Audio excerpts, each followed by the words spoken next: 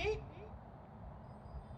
ఈ ప్రభుత్వాన్ని నిరంతరం ప్రశ్నిస్తూ వారు అమలు చేయబోతున్నటువంటి ప్రతి కార్యక్రమాన్ని నిలదీస్తూ ఒక ఉద్యమాలు నిర్మిస్తూ ఉంటే ఆయన గొంతుని నొక్కేయాలని, ఆయన మాట్లాడితే 10 మంది వినకుండా ఉండాలనేటువంటి ఉద్దేశంతో 7 గంటల పాటు అంబటి రాంబాబు గారి ఇంటిపైన దాడి చేసి మరీ ఆయన్ని ఇబ్బందులు గురి చేశారు. ఇబ్బందులు గురి చేయడమే కాదు, బాధితుడు ఆయన అయితే ఆయన మీదే కేసులు పెట్టి చంద్రబాబు నాయుడు గారు ఎక్కడైతే రాజమండ్రి సెంట్రల్ జైల్లో 53 రోజుల పాటు ఉన్నాడో అక్కడే రాంబాబు గారిని పెట్టాలనేటువంటి ఒక సైకో వెర్రితనం చంద్రబాబు నాయుడు గారికి, వారి సుపుత్రుడు నారా లోకేష్ గారికి వచ్చి ఆయన్ని రాజమండ్రి సెంట్రల్ జైల్లో రిమాండ్ చేసేటువంటి పరిస్థితిని కూడా మనం చూసాం. అయితే ఈ వేదిక పైనటువంటి పెద్దలందరికీ ఒక విషయం చెబుతున్నా, రాంబాబు గారు 2012 నుండి మొన్న 2024 దాకా సత్తెనపల్లి నియోజకవర్గంలో సమన్వయకర్తగాను ఎమ్మెల్యేగాను ఒక 2.5 ఏళ్ల పాటు రాష్ట్ర జలవనరుల శాఖ మంత్రిగాను ఉన్నాడు. నేను చెప్తుంది సోత్కర్ష కాదు, లేదా ఆయన్ని పొగడాలనేటువంటి ఉద్దేశము కాదు, కానీ సత్తెనపల్లి నియోజకవర్గంలో 5 ఏళ్ల పాటు ఆయన ఎమ్మెల్యేగా ఉన్నా కూడా ఏ రోజు తెలుగుదేశం పార్టీ కార్యకర్తల మీద తప్పుడు కేసులు పెట్టాలని కానీ, లేదా జనసేన పార్టీ వాళ్ళని పోలీస్ స్టేషన్కి పిలిపించి కొట్టమని కానీ, లేదా ప్రత్యర్థి పార్టీల పైన పోలీసుల ప్రతాపం చూపించమని ఏ రోజు ఎప్పుడు చెప్పినటువంటి వ్యక్తిత్వం ఉన్న వ్యక్తి కాదు అంబటి రాంబాబు గారు. పైగా పల్నాటి ముఖద్వారం అయినటువంటి సత్తెనపల్లిలో కొంత రాజకీయపరమైనటువంటి వైరుధ్య భావాలు కొంత శృతి మించుతున్నటువంటి సమయంలో కూడా మాలాంటి వైఎస్ఆర్ కాంగ్రెస్ పార్టీ నాయకులను కూడా అంబటి రాంబాబు గారు ప్రతిసారి హెచ్చరించేవాడు. రాజకీయాల్లో ఫ్యాక్షనిజం, రౌడీజం, పోలీసుల జులం ఉండకూడదు అని చెప్పినటువంటి నాయకుడు అంబటి రాంబాబు గారు. అటువంటి అజాత శత్రువు అయినటువంటి అంబటి రాంబాబు గారిని కూడా పోలీసులను ముందు పెట్టి ఆయన్ని హత్య గావించాలనేటువంటి లక్ష్యంతో తెలుగుదేశం పార్టీ చేయడం నిజంగా సిగ్గుచేటు. ఎందుకంటే ఉమ్మడి గుంటూరు జిల్లాలో ఒక కాపు సామాజిక వర్గానికి చెందినటువంటి ఒక పెద్ద నాయకుడి పైన, వారి ఇంటి పైన దాడి చేసినటువంటి చరిత్ర ఎప్పుడు గుంటూరు పట్టణం చూడలేదు. ఇదే చరిత్రలో మొదటిసారి.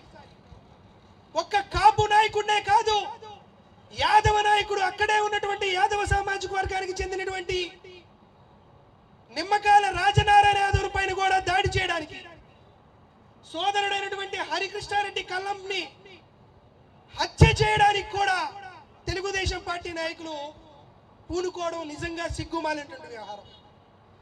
ఈరోజు అందరికీ చెబుతున్నా, పోలీసులు 100 మంది ఉంటే 98 మంది పోలీసులతో వైఎస్ఆర్ కాంగ్రెస్ పార్టీకి ఎప్పుడూ ఇబ్బంది లేదు. తెలుగుదేశం పార్టీ వాళ్ళు 100 మంది ఉంటే 98 మంది తెలుగుదేశం పార్టీ కార్యకర్తలకి, వైఎస్ఆర్ కాంగ్రెస్ పార్టీ నాయకులకి ఏమాత్రం ఇబ్బంది లేదు. సమస్యల్లా ఆ 2% ఉన్న అధికారులతోనే సమస్య. వారి పోలీసులైనా తెలుగుదేశం పార్టీ కార్యకర్తలైనా ప్రభుత్వం మీదే ఉందనేటువంటి ఆకాంక్షతో, చట్టం మేమే చేతిలోకి తీసుకుందాం అనేటువంటి ఒక గర్వంతో, వైఎస్ఆర్ కాంగ్రెస్ పార్టీ అధికారంలో లేదని మీ పోలీసులను అడ్డం పెట్టుకుని వైఎస్ఆర్ కాంగ్రెస్ పార్టీ శ్రేణుల పట్ల దారుణమైనటువంటి దౌర్జన్య కాండన చేస్తున్న ఆ 2% పోలీసులకి ఒకటే విజ్ఞప్తి చేస్తున్నా, 600 అగ్రహారం వీడైనా భూమి బద్దలైనా అటు పొద్దు ఇటు పొడిచిన 2029 ఎన్నికల్లో జగన్మోహన్ రెడ్డి గారు ముఖ్యమంత్రి అవ్వడం తథ్యం. అంబటి రాంబాబు గారు ఉన్నతమైనటువంటి స్థానంలో ఉండడం తథ్యం. జగన్మోహన్ రెడ్డి గారు ముఖ్యమంత్రి అయినటువంటి మరుక్షణం ఎవరైతే 2% పోలీసులు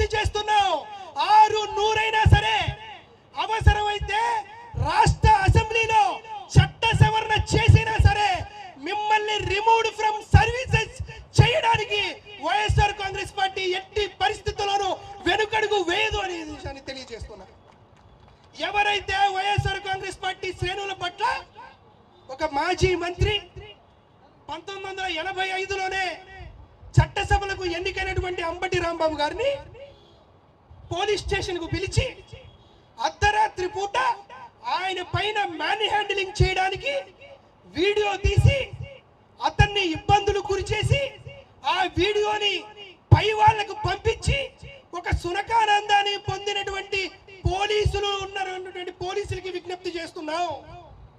వైఎస్ఆర్ కాంగ్రెస్ పార్టీ అధికారంలోకి వచ్చిన తర్వాత ఖచ్చితంగా ఒక లా అండ్ ఆర్డర్ ట్రిబ్యునల్ ఏర్పాటు చేస్తాం. ఒక హైకోర్టు సిట్టింగ్ జడ్జిని ఆ ట్రిబ్యునల్ కి హెడ్ గా చేస్తాం. చేసి ఎవరైతే రాంబాబు గారి పట్ల దూషించారో, ఎవరైతే రాంబాబు గారి పట్ల చట్టాన్ని అతిక్రమించారో ఆ పోలీసులందరూ విచారణకు హాజరు అయ్యి తీరాల్సిందే. మిమ్మల్ని మేము రిమూవ్ ఫ్రమ్ సర్వీస్ చేయాల్సిందే. ఎందుకు ఈ మాట చెబుతున్నానంటే ఇక్కడ వైఎస్ఆర్ కాంగ్రెస్ పార్టీ శ్రేణులు చాలా మంది ఉన్నారు. మేము తెలుగుదేశం పార్టీ వారికి అమ్మ ఒడిస్తే మీరు మాకు అరెస్టులు ఇచ్చారు. మేము తెలుగుదేశం పార్టీ వారికి రీఎంబర్స్మెంట్ ఇస్తే మాకు మీరు రిమాండ్లు ఇచ్చారు. మేము తెలుగుదేశం పార్టీలకు కాపు నేస్తం ఇస్తే మాకు కారాగారాన్ని ఇచ్చారు. పథకాలు ఇచ్చే చెయ్యే గాని జగన్మోహన్ రెడ్డి గారు ప్రతీకారాలు తీర్చుకునేటువంటి మనసు కాదు జగన్మోహన్ రెడ్డి గారిది. అటువంటి జగన్మోహన్ రెడ్డి గారి మంచితనాన్ని అలుసుగా తీసుకున్నటువంటి ఆ 2% పోలీసులకు కానీ 2% తెలుగుదేశం పార్టీ కార్యకర్తలకు కానీ చెబుతున్నా, ఈ పథకాలు ఇచ్చేటప్పుడు మేము కులం చూడలేదు, మతం చూడలేదు, ప్రాంతం చూడలేదు. ఈసారి ప్రతీకారం తీర్చుకునే పద్ధతిలో కూడా కులం చూడం, మతం చూడం, ప్రాంతం చూడం, వర్గం చూడం, వర్ణం చూడం, జిల్లా చూడం, కిల్లా చూడం.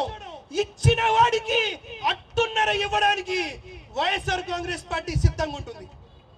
అప్పుడు ముఖ్యమంత్రిగా జగన్మోహన్ రెడ్డి గారు మమ్మల్ని వద్దని మమ్మల్ని ఇబ్బందులు పెట్టినా, లేకపోతే ఇక్కడ పెద్ద ఆయన ఉన్నాడు మా మోదుగుల వేణుగోపాల్ రెడ్డి గారు, ఇటువంటి పెద్దలు నువ్వు కంట్రోల్ తప్పకూడదని మమ్మల్ని హెచ్చరించినా చేయాల్సినటువంటి పని చేసుకునేటువంటి బాధ్యత వైఎస్ఆర్ కాంగ్రెస్ పార్టీ శ్రేణులు తీసుకుంటారని చెప్తున్నాం.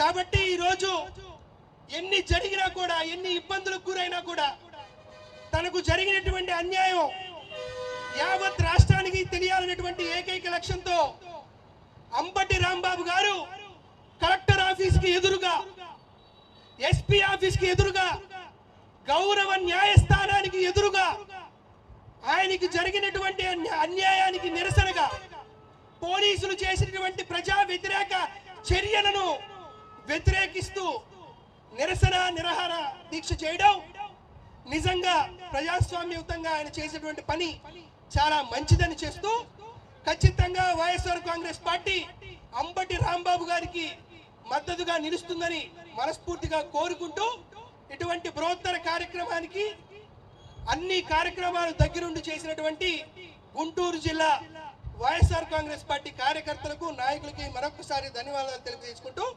అంబటి రాంబాబు గారి పట్ల అనుచితంగా ప్రవర్తించినటువంటి పోలీసుల పైన, వారి ఇంటి పైన దాడి చేసినటువంటి వారి పైన కేసులు ఖచ్చితంగా పెట్టి తీరాల్సిందని ఈ ప్రభుత్వానికి మరొకసారి డిమాండ్ చేస్తూ సెలవు తీసుకుంటాను. జై జగన్.